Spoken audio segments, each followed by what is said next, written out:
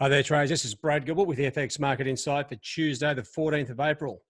Now, I hope everyone had a good long Easter break. I enjoyed the lack of being in front of the screens, that's for sure. All right, now what have we got?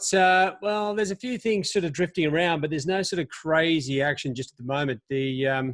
Obviously, the pandemic getting plenty of airtimes.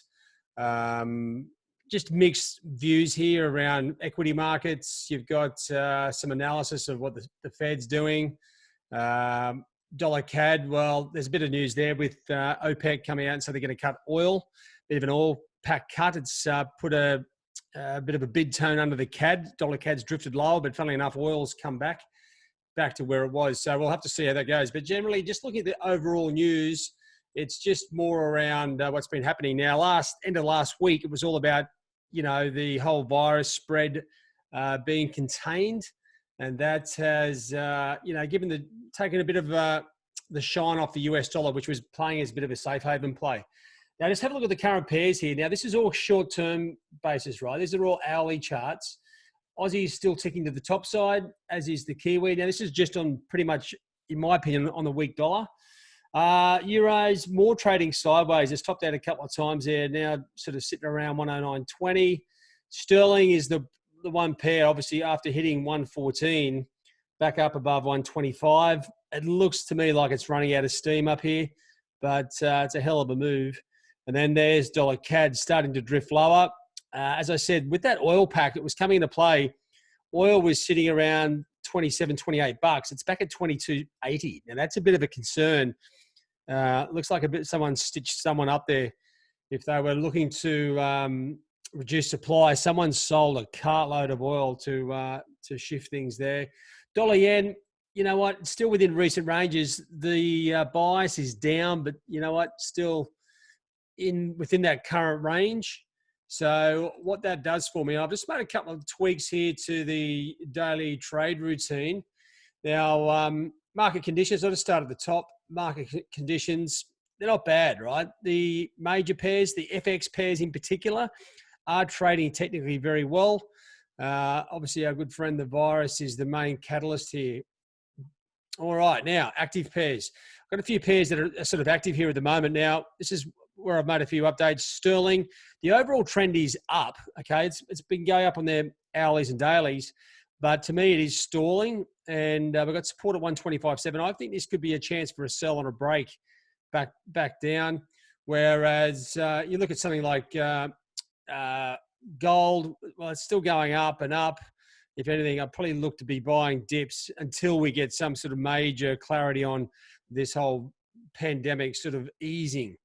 Dollar yen, well, it's going down, but we've got resistance, looking to sell on rallies, and same with dollar CAD at this point. I'm not looking to get short at these levels, but it may look good to get short back towards resistance there. And the rest of the pairs still on the watch list. We do have a number of pairs here, Aussie, Euro, and Kiwi in particular, which all have support and resistance levels. This gives us potential opportunities both sides. We just have to work out what's happening when it gets to these sort of levels at this point. Looking for changes of momentum. Obviously, they'll come from the macroeconomic data and any other random news. The Dow and Oil, well, the Dow's still heading up, but to me, it's in the middle of a massive correction range. It's a bit tricky.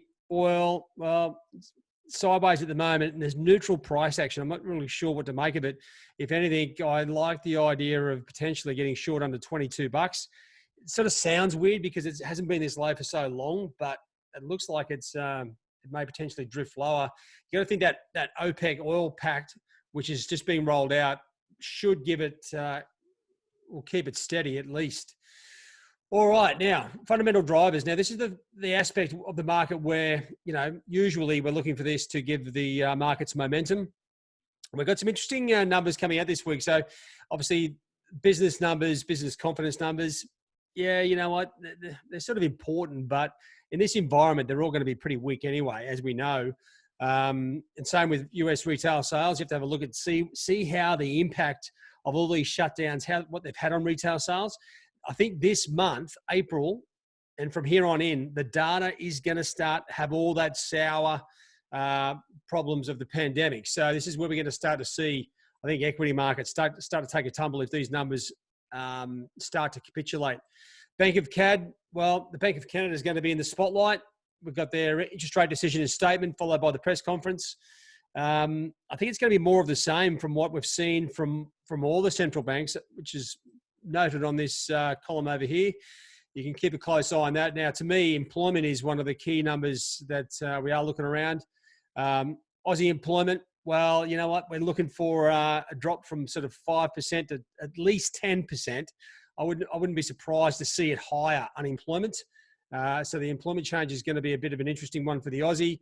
And once again, we've got the initial jobless numbers out of the US. Now, I still think we're going to see this blow out, but we have to wait and see. If it blows out, to me, the dollar rallies. If it's contained or it's less, then we might see the US dollar fall just on that safe haven factor. Then as we come into later in the week, you know, where all this pandemic started, you know, and as the Donald says, the Chinese flu, which he's getting a fair bit of traction with.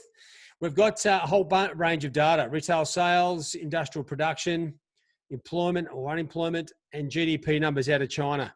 We'll really see how things have impacted there. You've got to be expecting these numbers to be all pretty bad. And that's these numbers here. Well, it's hard to work out exactly what the fundamentals are doing, but Aussie and Kiwi in particular will be the main impacting pairs there on that release. So really, a few big ones. Bank of Canada, to me, is a highlight. The Aussie employment and the jobless claims out of the US, and obviously the Chinese data Friday.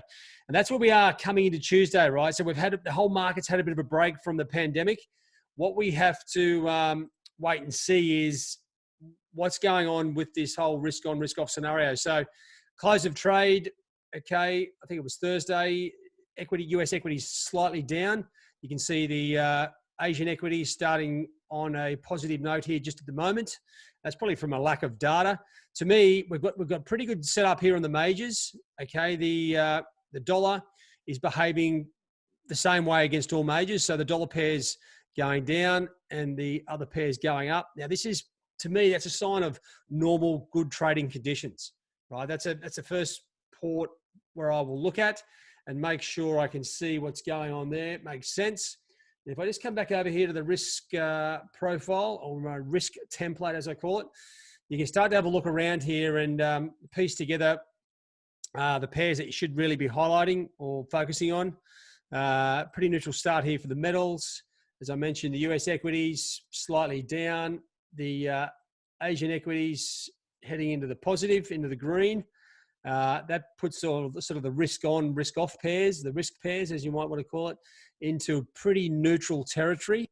All right. And if I just come up here and just adjust the time frame here, let's come back to the first. Just want to see if there's anything really connected. I wouldn't be surprised with the Easter break that there's been a big disconnection.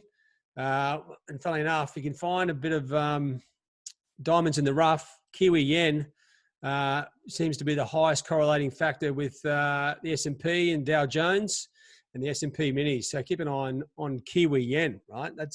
This is not, I love it when I get stats that are just numbers that it tells me the answer. It's an easy one to sort of go and find and see what's going on. All right, so that's pretty much it for me. We've got a few things coming out, a few updates, hopefully be rolled out over the next, this week. But check out the daily trade routine. This is all geared up. We had quite a few traders that I was sort of talking to that were missing the point when when the overall trend starts to turn or stalls, where the opportunity is. It's not usually with the trend, but I'll piece that together over the next week as we go through analyzing the markets. I'll get a few examples to show you exactly what I mean. All right, guys, that's it from me. Have a good trade day. Cheerio.